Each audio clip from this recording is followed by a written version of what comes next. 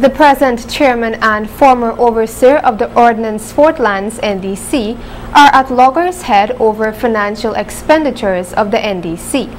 Details in this report.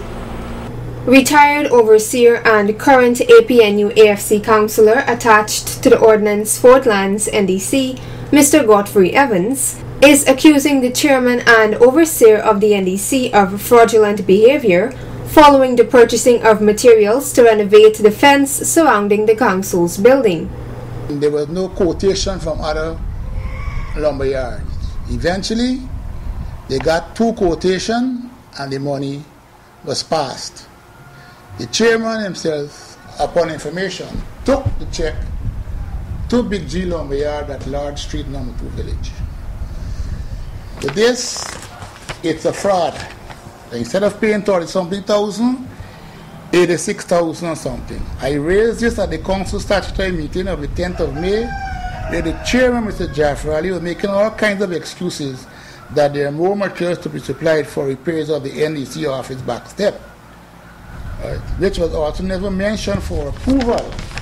At this said meeting, I raised about the overseer's salary of $60,000, which was not approved by the council. The chairman and the overseer, they did it themselves. In response to the issue of the overseer's salary, both the overseer, Mr. Ram Sundar, and the chairman, Mr. Roy Jaffarali, disclosed that the said amount is the standard salary given to all NDC overseers. The chairman further underscored that monies were calculated for works to be completed on both sides of the fence. In response to Mr. Evans' claims of fraud on the part of the chairman and the overseer, the chairman, Mr. Jaffarali, said, "We explained to Mr. Evans and all the rest of councillors here at the meeting, at the statutory meeting, that we collected half of the material on the fact that we are only having the SIP workers for 4 hours. So we took 4 hours, we did half of the fencing, and we explained when there is proper weather, we are going to continue the other half. And yesterday, as I'm sitting here, yesterday the other half of the material came the day before, and yesterday the other half of the fencing was complete. The fence is now complete. I think Mr. Evans is living right across the street. He sees that the job is now fully complete. So I don't know what are his claims now. A receipt is issued. Every single transaction is issued. I am very meticulous with the finances of this NDC. Also, the overseer is very, very meticulous, because when it comes to finance of this NDC, we are very, very strict. Mr. Evans rebutted the chairman's explanation, saying, "The overseer and the chairman trying to cover the tracks.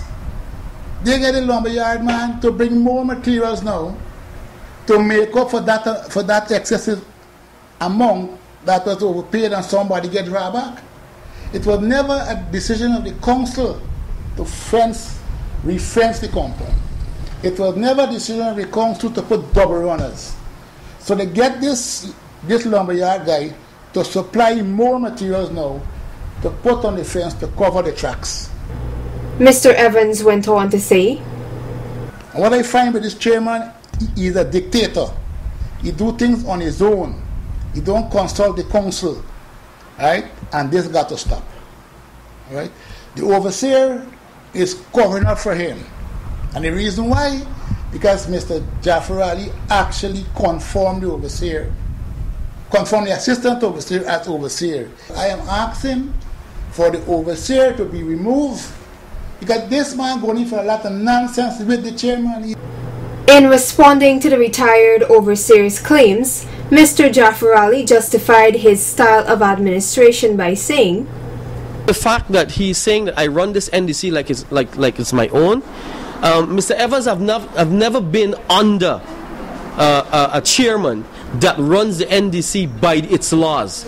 He has always been the one, since his tenure here as an overseer, always been the one that is in charge. So it's hard for him to adopt himself to somebody or relegate himself to a mere councillor when we have a chairman who's running the NDC by the books. And that is what I think is bothering him, that we are running things by the books at this NDC, and we're not allowing any discrepancies or any pushover from any one person." In his final remarks, Mr. Evans further disclosed, in the month of March, 61,367 was spent for maintenance of a John Deere tractor which the Canefield NDC and the Ordnance NDC shared. There was no proper explanation. I asked for bills, none forthcoming. The next day, the overseer told me that the 61,000 made up of around 39,000 for tractor battery purchased from Spediato at Palmyra. I called Spediato. She said, because of 2-year warranty, that is why the tractor battery cost 39,000 something. Lo and behold, upon further investigation, it is 1-year warranty, not 2-year warranty. In an invited comment from the overseer, Mr. Ramsundar, he disclosed that the battery was purchased for a tractor currently stationed at the Ordnance Fortlands NDC in an effort to assist the NDC workers. Calls have since been made for the APNU AFC and PPP side of the House to set aside their differences and work together for the betterment of the community. Sasha Ramsaran reporting for Channel 8 News.